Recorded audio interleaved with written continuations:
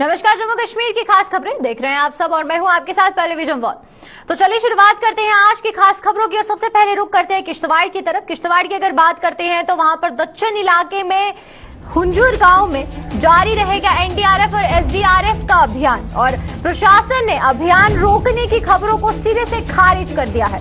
इसी के साथ आपको बताते चले कि भारी मशीनरी को एयरलिफ्ट करना टेढ़ी खीर साबित हो रहा है प्रशासन के लिए और प्राकृतिक आपदा आने से कई लोग अभी भी लापता है। ये जो पूरा का पूरा मामला है ये दक्षिण के हुंजूर गांव का है, जहां पर ये पूरा का पूरा मामला जो था वो सामने आया था, जहां पर बादल फटने की वजह से कई लोग लापता हो चुके थे। लेकिन एनडीआरएफ और एसडीआरएफ की टीमों की बात करते हैं तो वहां पर रेस्क्यू ऑपरेशन अभी भी चलाया जा रहा है और प्रशासन ने अभियान रोकने की खबरों को सिरे से खारिज कर दिया है। साथ ही साथ अगर बात करते हैं हम लोग तो अभी भी बहुत से ऐसे लोग हैं जो लापता है, जिनका अभी तक कोई पता नहीं चल पाया है। ज्यादा जानकारी क्या है तो चलिए आइए पहले नजर डालते हैं डीसी किश्तवाड़ अशोक कुमार का क्या कुछ कहना है।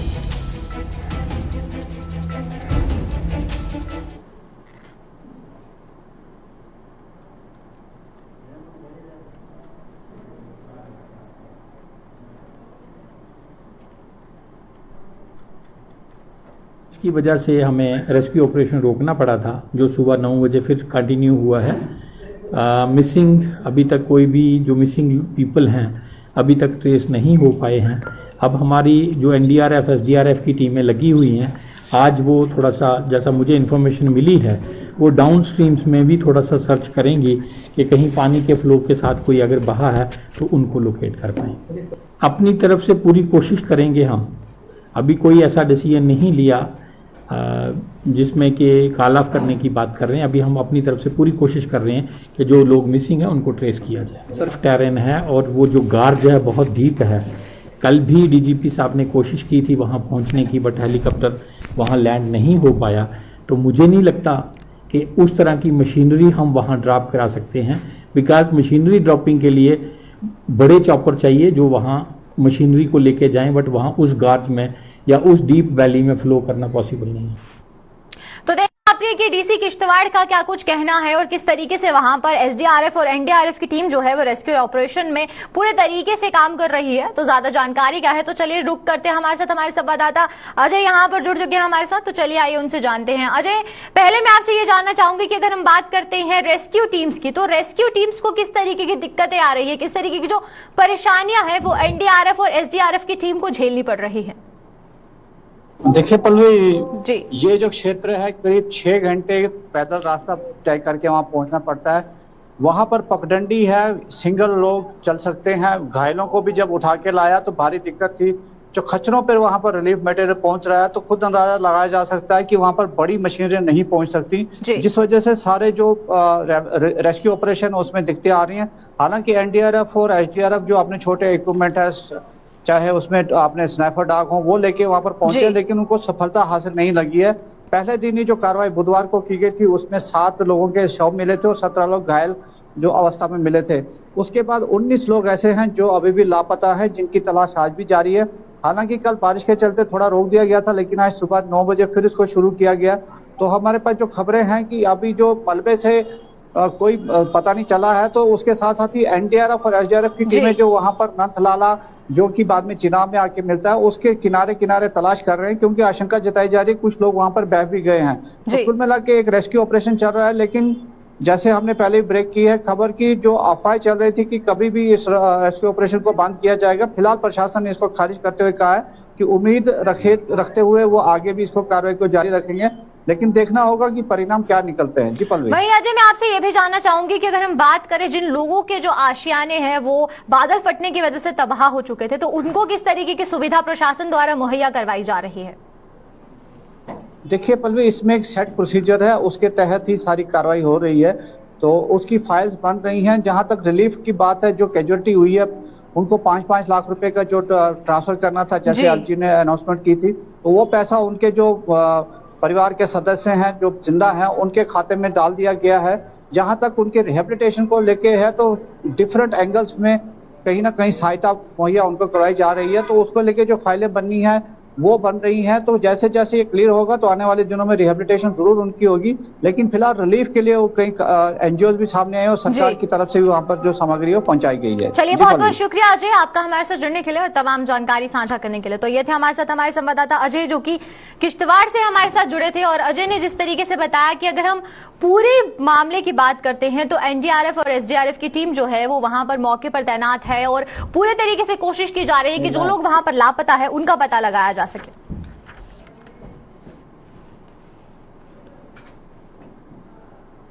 तो चलिए अब रुक करते हैं सांबा की तरफ। सांबा की अगर बात करते हैं तो जिस तरीके से कठुआ में हमें एंटी करप्शन ब्यूरो के रेड्स देखने को मिल रहे थे, अब सांबा से भी खबर आ रही है कि कठुआ के बाद अब एंटी करप्शन ब्यूरो ने सांबा के डीएमओ ऑफिस में भी जांच शुरू कर दी है। और एसीबी ने डीएमओ ऑफिस में करीब 4 घंटों तक रिकॉर्डों को खंगाला और उसके बाद जांच के बाद कुछ दस्तावेज अपने साथ ले गई है एसीबी की टीम।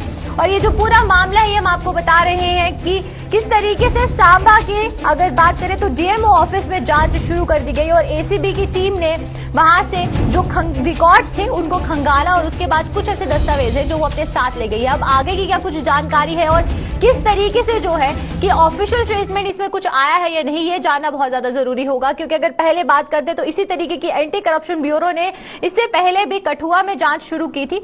कठुआ के बाद अब ये जो जांच है ये सांबा तक पहुंची है और सांबा के डीएमओ ऑफिस में ये जांच जो है वो पहुंची है। उस बीच क्या कुछ और पूरा मामला है वो जानना बहुत ज्यादा जरूरी है। तो ज्यादा जानकारी के लिए हमारे साथ हमारे संवाददाता ऋषि यहाँ पर ज्वाइन कर चुके हैं। तो ऋषि से जानते हैं। ऋषि, पहले मैं आपसे जानना चाहूंगी कि आखिरकार ये पूरा मांजरा क्या है। पहले हमें कठुआ में देखने को मिला कि एंटी करप्शन ब्यूरो ने वहां पर जांच शुरू की और आज सांबा की अगर बात करते तो सांबा में भी डीएमओ ऑफिस में ये जो जांच है इसको शुरू किया गया। देखिए, बिल्कुल पल्लवी आपको बता दें कि जिस तरह से आज एसीबी की टीम ने यहाँ पर रेड किया है डीएमओ ऑफिस में और यहाँ पर कई सारे दस्तावेजों को खंगाला गया है और कई सारे दस्तावेजों को इस टीम जो है वो अपने साथ लेकर गई है और लगभग 4 घंटे तक यहाँ पर ये रेड चली है। क्योंकि लगातार आपको बता दें कि माइनिंग का इशू जो पूरे जम्मू कश्मीर में इस समय गरमाया हुआ है और पिछले कई महीनों से लगातार प्रोटेस्ट देखने को मिल रहे हैं और प्रोटेस्ट की वजह ये भी सामने आ रही है कि जिस तरह से माइनिंग का जो ठेका है कुछ कॉन्ट्रैक्टर्स को दिया गया और कॉन्ट्रैक्टर जो कि लगातार अपनी मनमर्जी कर रहे हैं, यानी जो रेट्स माइनिंग के प्रशासन ने फिक्स किए हैं उन रेट्स की लगातार वायलेशन हो रही है। इस तरह की कंप्लेंट्स कई बार सामने आ रही है और लगातार ओवरचार्ज जो वो कॉन्ट्रैक्टर द्वारा किया जाता है रॉयल्टी के नाम पर। और टिप्पर चालक हो या ट्रैक्टर चालक हो, ये लगातार परेशानियों का इनको सामना करना पड़ रहा है और लगातार रोज ही प्रोटेस्ट देखने को मिलते हैं कि जो दादागिरी है, जो गुंडागर्दी है, वो इन कॉन्ट्रैक्टर्स की तरफ से देखी जा सकती है। और कॉन्ट्रैक्टर्स भी बड़ी डंके की चोट पर ये कहते हैं कि आप लोग जहां मर्जी जाकर कंप्लेंट्स कर लीजिए, प्रशासनिक अधिकारी हमारी जेब में है। हमने इस अधिकारी से सेटिंग की है, डीएमओ ऑफिस में हमने इससे सेटिंग की है। तो वो कहीं ना कहीं सफेद पूंछ होकर इस तरह से ये बातें करते हैं तो कहीं ना कहीं लोगों को काफी परेशानियां झेलनी पड़ रही थी। क्योंकि जो 3.5-4 रुपए रेट फिक्स किया गया है, आप उसके बदले 12 रुपए रेट ले रहे हैं। तो कहीं ना कहीं यही एक परेशानी लगातार बनी हुई थी और मुझे लगता है कि ये हायर अथॉरिटी तक इसकी कंप्लेंट्स पहुंचना शुरू हुई है और उसके बदले चलते अब जो यहाँ रेट्स का सिलसिला शुरू हुआ है उसी की एक कड़ी है कि आज सांबा में भी डीएमओ ऑफिस में ये एसीबी की टीम पहुंची है। इससे पहले कठुआ में भी कई सारे दस्तावेज वहां पर खंगाले गए थे, कुछ जब्त किए गए थे। वैसे ही आज एसीबी की टीम ने आज सांबा के डीएमओ ऑफिस में दस्तावेजों को खंगाला है और उनको जब्त भी किया है। लेकिन अब देखना यह कि क्या कुछ चीजें सामने आती हैं, क्योंकि इसमें एक चीज तो मैं क्लियर तौर पर बता देना चाहता हूं कि अगर 3.5-4 रुपए रेट फिक्स किया गया है प्रशासन द्वारा तो उसी रेट को नहीं मान रहा कॉन्ट्रैक्टर और कॉन्ट्रैक्टर जो कि ठेका जब उनको मिलता है तो यही अधिकारी बैठते हैं मीटिंग्स में, जो भी कुछ निकलकर सामने आता है तो प्रशासन की आंखों के नीचे ये सब कुछ चलता रहा। तो सीधे तौर पर इसलिए टिप्पर वालों का ये कहना है कि प्रशासनिक अधिकारियों की इसमें मिलीभगत है। उसी के बाद ये जो लगातार यहाँ ओवरचार्ज हमसे किया जा रहा है तो वो प्रशासन को भी नहीं मानते। अभी कल ही आपने देखा कि सांबा में प्रोटेस्ट किया गया टिप्पर चालकों की तरफ से और उनके द्वारा ये इल्जाम लगाए गए डीएमओ पर कि डीएमओ हमें ये कहता है कि आप हमारे साथ सेटिंग करिए, आप वो काम करिए जिस तरह से हम बोलेंगे। तो कहीं ना कहीं वो ये भी कहते हैं कि अंडर द टेबल आकर बात करिए। तो ये सारी चीजें जो है ये वॉच की जा रही हैं और ट्रांसपेरेंसी लाने की काफी ज्यादा जरूरत है इस काम में। शायद यही वजह है कि अब एसीबी भी पूरी तरह से एक्शन में आ चुकी है और यहाँ पर अब लगातार अलग अलग जगहों पर रेट का सिलसिला शुरू हो चुका है डीएमओ ऑफिस में, खासतौर पर अलग अलग जिला स्तर पर। जी चलिए, बहुत बहुत शुक्रिया ऋषि आपका हमारे साथ जुड़ने के लिए और तमाम जानकारी साझा करने के लिए। तो ये थे हमारे साथ हमारे संवाददाता ऋषि, जो कि सांभा से हमारे साथ जुड़े थे। और ऋषि ने जिस तरीके से पूरे मामले के बारे में बताया कि अगर हम बात करते हैं एसीबी की टीम जो है वो डीएमओ ऑफिस पहुंची और वहां पर जो रिकॉर्ड्स को खंगाला गया उसको उसकी आगे की क्या कुछ अपडेट है वो उससे भी हम आपको रूबरू करवाएंगे। तो चलिए अब बात करते हैं और रुक करते हैं अगली खबर की ओर। रंजीत सागर झील में आज क्रैश हुए सेना के हेलीकॉप्टर में सवार लोगों का फिलहाल कोई अता पता नहीं चल पाया है। आज दोपहर को पंजाब से एनडीआरएफ की टीम मौके पर पहुंची थी और उसने रेस्क्यू ऑपरेशन शुरू कर दिया था। और इस ऑपरेशन के दौरान झील से कुछ सामान भी बरामद किया गया, लेकिन लापता हुए लोगों का सुराग नहीं लग पाया है, जिसके बाद एनडीआरएफ को मौके पर बुलाया गया था। कठुआ के एसएसपी आरसी कोतवाल सहित सेना के अधिकारी व पंजाब की पुलिस की टीम भी मौके पर पहुंची है। दरअसल आज सुबह यह हादसा ऊंचाधरा इलाके में तब पेश आया था जब पठानकोट से उड़ान भरकर यहां पहुंचा हेलीकॉप्टर देखते ही देखते हवा में गोते खाने लगा और रंजीत सागर झील में समा गया। कुछ प्रत्यक्षदर्शियों को इसकी सूचना पुलिस को दी थी, जिसके बाद यहां पर रेस्क्यू ऑपरेशन शुरू कर दिया गया था। पता लगा आई विटनेसेस से कि it looks like an army chopper. और उसके बाद जब बोट्स आ गई और बोट्स के थ्रू ये लड़के स्पॉट पे गए तो वहाँ से कुछ रिकवरीज भी हुई हैं और आर्मी का ही चॉपर जो है क्रैश हुआ है। अब उसमें कितने लोग थे, उनका क्या हुआ, दैट वी कैन नॉट से। अभी स्पेशलाइज्ड फोर्सेस और आर्मी के डाइवर्स आए हुए हैं और मुझे लगता है आने वाले 2-4-5 घंटे में जब तक इनका रेस्क्यू ऑपरेशन चलता है only then we will be clear कि इस इंसिडेंट में, इस हादसे में किसी की जान गई है नहीं गई है, वो तब पता चलेगा। It's too premature to say anything कि उसमें कितने लोग थे, उनका क्या हुआ। अभी तो रेस्क्यू नहीं किया गया, लेक से कुछ फ्लोटिंग मटेरियल जो चॉपर रिलेटेड था वो मिला है और उसका एग्जैक्ट ऑलमोस्ट जो जगह है वो भी आइडेंटिफाइड है कि कहाँ जैसे इसका क्रैश हुआ है। और आई विटनेसेस जो साइड से है, क्योंकि लेक बहुत बड़ी है तो आप एग्जैक्टली ये नहीं बता सकते कि क्या हुआ, बट जिन लोगों ने उसको फ्लाई करते हुए देखा और फिर वो एकदम से दे सेट के वो डाइव करके वहाँ पे डूब गया। एसएचओ वो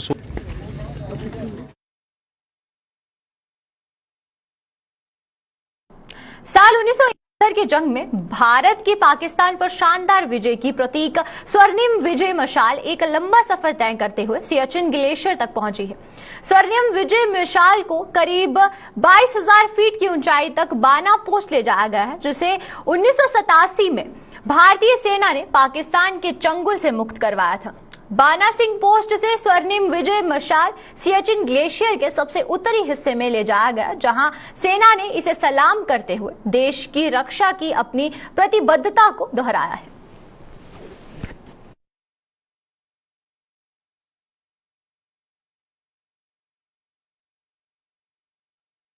भारतीय सेना जहां सरहद पर दुश्मन के छक्के छुड़ाने में कोई कसर नहीं छोड़ रही है, वहीं संकट की घड़ी में फंसने पर देश की आवाम को हमारी सेना कितनी फुर्ती के साथ राहत पहुंचाती है, इसका एक और सबूत देखने को मिला है।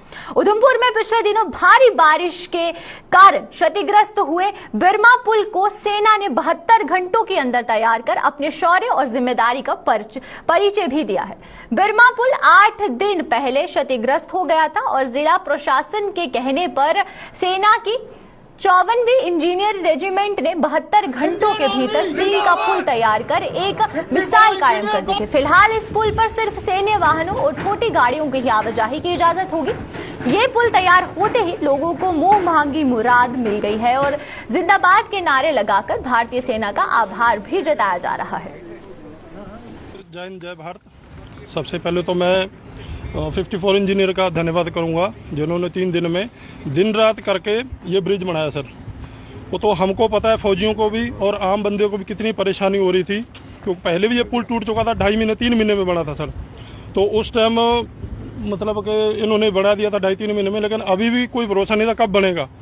तो ये फौज ने बहुत ही मेहनत करके, मैं तो बहुत ही धन्यवाद करूँगा 54 इंजीनियर का, आर्मी का। तो मैं भी एक फौजी हूँ, हम बॉर्डर पे भी लड़ाई लड़ते हैं और अभी भी जो टाइम दिया गया इंजीनियर वालों को, हो सकता है, मेरे को लगता है कि उनसे पहले ही उन्होंने अपना काम कर दिया सर। और मैं आपसे रिक्वेस्ट करूंगा कि उनका भी इंटरव्यू लिया जाए जिन्होंने मेहनत किया है। ठीक है, और सारे लोग खुश हैं, उधमपुर से भी और जो बाहर से भी लोग आने वाले हैं, टूरिस्ट है, वो भी सब खुश हैं। ये नॉर्दर्न कमांड और इंडियन आर्मी का जो सोल्जर है, जो जवान है, वो न सिर्फ लड़ाई के दौरान बल्कि पीस टाइम के दौरान भी जम्मू कश्मीर के अवाम की सेफ्टी और वेलफेयर के लिए तैयार खड़ा है। 72 घंटे की आपने बात की, इस पुल को बनाने में जितनी मेहनत लगी है उसका अंदाज़ा हम नहीं लगा सकते। इस पुल में 236 पैनल लगाए गए हैं, 190 फीट की दूरी ये कवर कर रहा है और हर एक पैनल का वजन 258 किलोग्राम था। और हमारे जवानों ने ना सिर्फ अपने हाथों से उसको उठाकर लगाया, और आज मुझे खुशी है कि जनता को जो सहूलियत मिली है इसके बाद, मैंने देखा बहुत सारे बीमार लोगों को इस ट्रैफिक को, इस पुल को पार करके हॉस्पिटल जाने में भी अब सहूलियत हो रही है। और यही हमारी मेहनत है जो आज रंग लाई है। आप सबों के चेहरे की मुस्कुराहट ही हमारा शाबाशी है और हमारा प्रोत्साहन है। डॉक्टरों को भले ही भगवान का दूसरा रूप कहा जाता हो, लेकिन पीएचसी अरनिया में बतौर मेडिकल ऑफिसर तैनात डॉक्टर रोहित कुमार के लिए 108 एम्बुलेंस सेवा और इसमें सेवाएं दे रहे मुलाजिम भगवान से कम नहीं है। 108 एम्बुलेंस सेवा की बदौलत ही डॉक्टर रोहित कुमार को जन्म देने वाली मां आज अपने घर पर सुरक्षित है और उनके मुंह से भी 108 एम्बुलेंस सेवा के स्टाफ के लिए दुआएं ही निकल रही हैं। डॉक्टर रोहित ने आज इस स्टाफ को सम्मानित कर उसका आभार जताया। दरअसल पिछले दिनों डॉक्टर रोहित की मां को हार्ट अटैक आया था और 108 एम्बुलेंस सेवा के स्टाफ की बदौलत ही उन्हें जम्मू के एक ग्रामीण हलके से जम्मू के जीएमसी अस्पताल तक 30 मिनट में शिफ्ट कर उनकी जान बचा ली गई।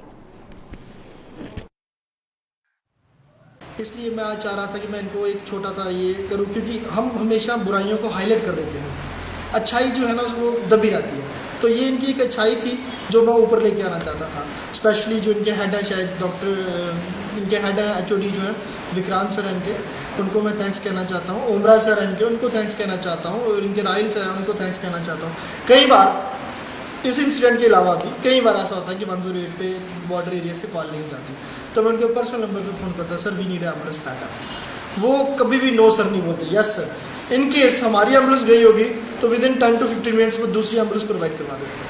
तो they are doing a wonderful job sir. और ये एक वजह थी कि जो मैं चाह रहा था कि इनको मैं जब कभी भी इनको कॉल आती है, एक तो ये हॉस्पिटल के अंदर ही है, जब कभी भी इनको कॉल आती है 108 से कि आपको पेशेंट उठाना है, as they get the call within a second time के अंदर ये एम्बुलेंस स्टार्ट करके रेडी होती है। यहाँ से जीएमसी का अप्रॉक्सीमेटली 35 to 40 किलोमीटर एरिया है, यहाँ से डिस्टेंस जो पड़ता है इतना दूर है, लेकिन इनका ये होता है कि हर एक सेकंड जो बचाया जा सके।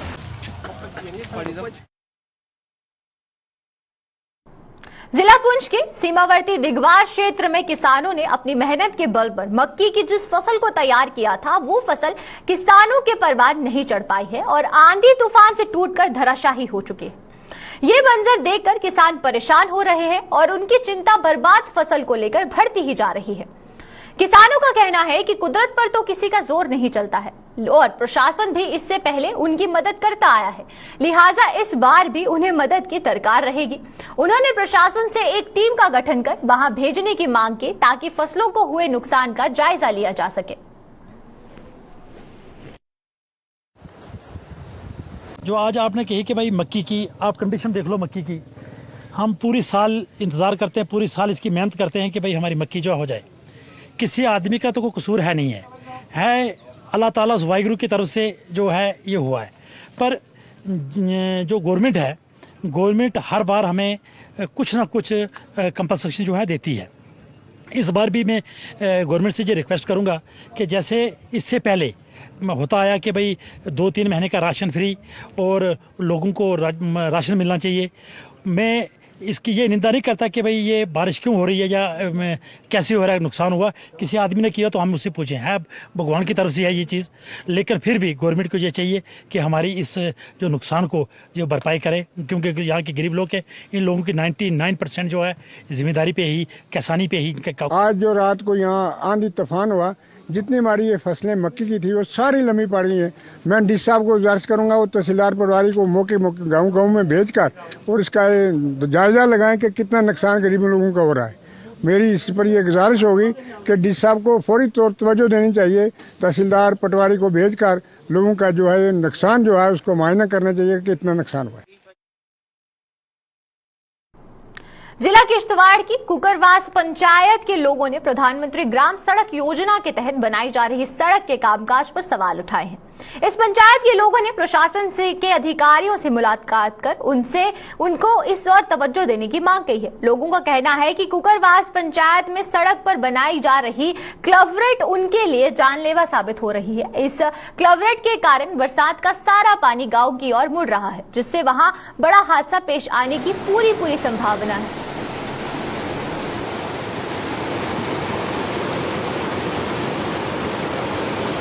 इसमें ये जो PMGSY रोड जो हमारा जो इस वक्त टटानी बिमलनाग तक पहुंच चुका है, वहाँ एक गलत कलवट बनाया है।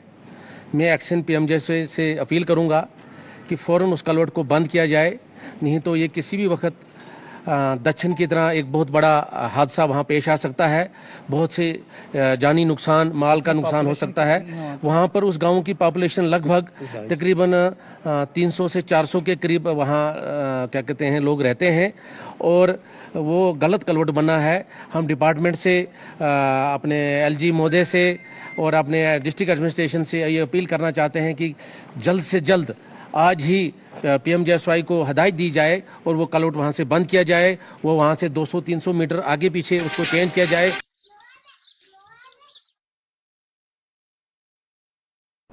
उत्तरी कश्मीर के बांडीपोरा जिले में आज हुई मुठभेड़ में सुरक्षा बलों ने लश्कर आतंकी बाबर अली को मार गिराया है। सुरक्षा बलों ने आतंकियों की मौजूदगी की सूचना के आधार पर बांडीपोरा के चांदाजी इलाके में आज ये ऑपरेशन चलाया था, जिसमें उन्हें एक बड़ी सफलता भी हाथ लगी है। पुलिस के मुताबिक मारा गया आतंकी बाबर अली आतंकियों के उसी ग्रुप का हिस्सा था जिसे 24 जुलाई को बांडीपोरा के शोकाबा जंगलों में मार गिराया गया था। बाबर अली पाकिस्तान के पंजाब प्रांत के उगाड़ा जिले का निवासी था और शोकाबा मुठभेड़ के दौरान फायर होने के बाद से ही सुरक्षा बल उसे लगातार ट्रैक कर रहे थे।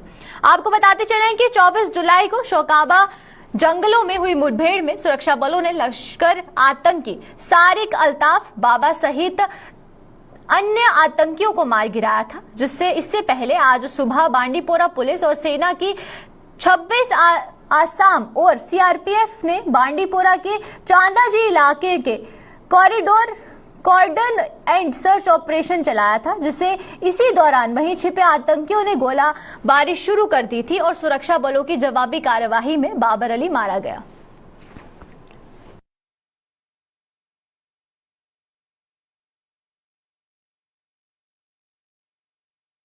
डोडा में पत्रकार संघ की बैठक हुई, जिसमें पत्रकारों के साथ की जा रही बदसलूकी की घटनाओं पर चर्चा की गई है।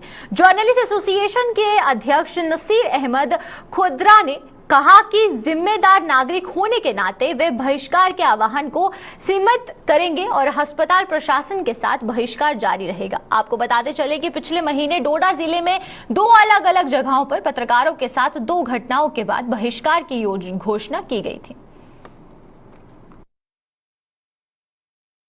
इसलिए हमने अपनी जिम्मेदारी को समझते हुए ये महसूस किया कि एक आदमी की गलती सब एडमिनिस्ट्रेशन को नहीं देनी चाहिए, और उससे ये लास्ट पे नतीजा निकला।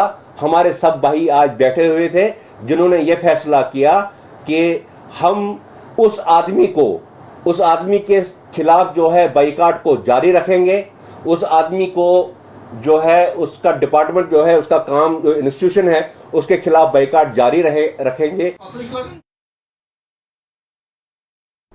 कोरोना महामारी से बचाव के लिए लोगों को बड़े बड़े भाषण देने वाले सियासी दल खुद कितने दूध के धुले हुए हैं, इसका जीता जागता सबूत आज जम्मू के मढ़ इलाके में देखने को मिला। मढ़ में बहुजन समाज पार्टी के जिला जम्मू के कार्यकर्ताओं के सम्मेलन में आज प्रशासन द्वारा जारी SOP की जमकर धज्जियां उड़ाई गई और इसे भी विडंबना ही कहा जाएगा कि पुलिस प्रशासन के भी अधिकारी को इस लापरवाही की भनक नहीं लगी। सम्मेलन में दावत का इंतजाम भी किया गया था और यहां मौजूद हर एक शख्स कोरोना की तीसरी लहर को दावत देता हुआ नजर आया। दावत उड़ाने के चाहे में ये पहुंचे थे और सभी लोगों में से किसी ने भी मास्क नहीं पहना था। पार्टी नेताओं से इस बाबत पूछे जाने पर वो बगले झोंकते हुए नजर आ रहे थे और उन्होंने SOP पर लंबा चौड़ा भाषण झाड़ डाला। तो उसके लिए मेरी ये रिक्वेस्ट रहेगी सभी लोगों से कि जैसे जो है गवर्नमेंट की तरफ से जो भी SOP निकलती हैं उनका पूरा पालन किया जाए। उनका मास्क जहां पर भी जाएं, बाहर जाएं, मास्क पहन के जरूर जाएं और 2 गज की दूरी रखें, जैसे हमारे प्राइम मिनिस्टर साहब जो है बोलते हैं। आने गलती तो है, लेकिन वो हम उसका अरेंजमेंट कर रहे हैं, उसका कह रहे हैं, किसी साथी को मैंने कह दिया कि वो सैनिटाइजर लाइए, या मास्क भी जहाँ लाइए, जिन लोगों ने नहीं पहने हुए तो उनको पहना दीजिए। देश के 6 राज्यों में एक बार फिर कोरोना संक्रमण के मामलों में बढ़ोतरी भी लोगों के लिए सबक नहीं ले पा रही है। और बात करें अगर जम्मू की, तो यहां पर भी लोग बेहद लापरवाह हो चुके हैं। उन्हें दिलो दिमाग से इस महामारी का डर, खौफ काफूर हो चुका है और शहर के GMC अस्पताल में ऐसे लोगों की भरमार देखने को मिल रही है जिनकी लापरवाही से जम्मू में तीसरी लहर के वजूद में आने के पूरे आसार बने हुए हैं। बिना मास्क के अस्पताल परिसर में जहां वहां घूमने वाले ऐसे लोगों के खिलाफ डंडा चलाने के लिए ना तो अस्पताल प्रशासन कोई कदम उठा रहा है और ना ही GMC में बनी पुलिस चौकी का स्टाफ ध्यान दे रहा है। इस बाबत GMC अस्पताल में तैनात डॉक्टर कैलाश ठाकुर से जब बात की गई तो उन्होंने कहा ये तो नहीं बता पाए कि ऐसे लोगों के खिलाफ कार्यवाही क्यों नहीं की जा रही है। अलबत्ता उन्होंने कोरोना महामारी पर एक लंबा चौड़ा लेक्चर जरूर झाड़ दिया। जो भी एडवाइजरीज गवर्नमेंट ने इशू की है, जिसमें मास्क पहनना, सोशल डिस्टेंसिंग का जो है पालन करना, हैंड हाइजीन को मेंटेन करना है और घर से बाहर नहीं निकलना है। ये एक वॉर लाइक सिचुएशन है, घर से बाहर हमें किसी भी कीमत पे नहीं निकलना है। और अगर हमें नौकरी के सिलसिले में, अपने बिजनेस के सिलसिले में, अपनी जीविका कमाने के सिलसिले में बाहर निकलना हमारे लिए बहुत ज़रूरी है, तो ये मास्क हमें पहन के ही रखना है। हमें सोशल डिस्टेंसिंग का पालना करना ही करना है और किसी भी कीमत पे हमें को अपने परिवार के साथ हिल स्टेशन पे घूमने के लिए या किसी सोशल गैदरिंग में जाना, ग्रुप करना, ये चीज़ों को किसी भी कीमत पे हमें जो है अलो नहीं करना चाहिए। और अगर ऐसी चीज़ें जैसे हम पिछले काफ़ी देर से जम्मू कश्मीर में भी देख रहे हैं कि हिल स्टेशंस पे सारे होटल्स जो हैं वो फुल हैं, लोग जो है मास्क कोई भी नहीं पहन रहा है, बाज़ारों में इतना रश है, मॉल्स में इतना रश है, तो किसी एक इंसान ने भी मास्क नहीं पहना है। तो अगर ऐसी सिचुएशन चलती रही तो आने वाले दिनों में हमारे लिए भी काफ़ी डिफ़िकल्ट होने वाला है। और जैसे इन 6 स्टेटों में पिछले कुछ दिनों में केसेस काफ़ी बढ़ गए हैं, तो हमें लगता है कि यहाँ पे भी अगर ऐसा सिचुएशन रहा तो यहाँ पे भी केसेस जो हैं काफ़ी बढ़ने वाले हैं और उससे हमें काफ़ी नुकसान जो है वो 3rd वेव में होने वाला है। तो चलिए अब तक के जम्मू कश्मीर की खास खबरों में फिलहाल इतना ही। मुझे और मेरी पूरी टीम को दीजिए इजाजत। नमस्कार।